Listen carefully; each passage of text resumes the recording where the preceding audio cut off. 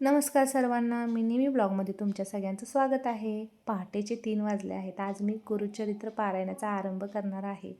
या विचारानं मला रात्री झोपच लागली नाही. सकाळी माझ्या डोळ्यात काही झोप नव्हती. मला चांगलाच उत्साह होताच. चला तर आता मी फ्रेश होऊन येते. आज काही जास्त आवरत बसायचं नाही. आज पहिला दिवस आहे, त्यामुळे सगळं आवरायला वेळ लागतो आहे. पूजा मांडायची, सगळं साहित्य मी रात्रीच वरती नेऊन ठेवलं आहे, पण तरी पण वेळ लागतो आहे सगळी पूजा मांडून करण्यासाठी. त्यामुळं आता पटकन आवरून चला जाऊया आता आपण. देवघर आमचं खालीच आहे, पण स्वामींचं डेकोरेशन आम्ही वरती केलेलं आहे आधीपासूनच, त्यामुळे मी तिथंच पारायण वाचणार आहे. आणि मी रात्री हे साहित्य आणून ठेवलेलं आहे, कारण रात्रीचं जाग कुणाला यायला नको, मी भांडी उडकत बसायची आणि सगळी उठायची. चला आता मी पूजेची तयारी करून घेतो.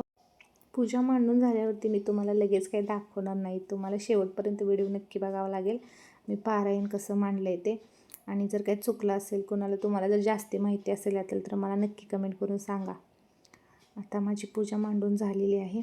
आता मी पूजा करून घेते.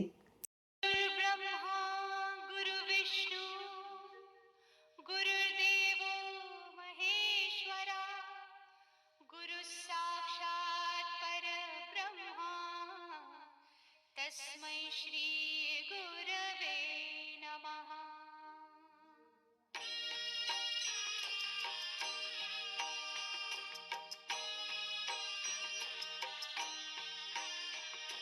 निशंक होई रे मना, निर्भय होई रे मना, प्रचंड स्वामी बळ पाठीशी नित्य आहे रे मना.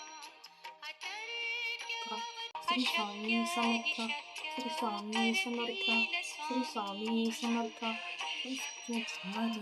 ध्येयो न प्रचोदयात्. ओम भूर्भुवस्वः तत्सवितुर्वरेण्यं भर्गो देवस्य धीमहि धियो यो न प्रचोदयात्. एक माळ स्वामी समर्थांची जप आणि एक माळ गायत्री मंत्राचा जप करून घ्यायचा. आणि नंतर गणपती अथर्वशीर्ष वाचून आपण पारायणाला वाचायला सुरुवात करायची. पारायण वाचणं हे आपल्या नशिबात स्वामींच्या इच्छेनंच येते. स्वामींची जर इच्छा असेल तरच आपल्या नशिबात पारायण वाचायला येते. आणि स्वामींना वाटतं मनापासून की माझी सेवा यांनी करावी, आणि ते भाग्य लागायला पण आपलं पण नशीब लागतं, जे माझं आहे आणि माझं सारखं होतं. हे पहिल्यांदा जेव्हा मी पारायण केलं ना, तेव्हा मला त्या नियमांची खूप भीती वाटायची. माझ्याकडं होतं आहे की नाही, होतं आहे की नाही. पण एकदा केलं ना की काय नाही, परत भीती वाटत नाही, परत होऊन जाते सगळं. एकदाच भीती वाटते पहिल्यांदा, नंतर सवय झाली ना की नाही काय वाटत. त्यामुळं इच्छा झाली ना करून टाकायचं. हे नियम कसे पाळू, ते नियम कसे पाळू, असं काही विचार करायचा नाही.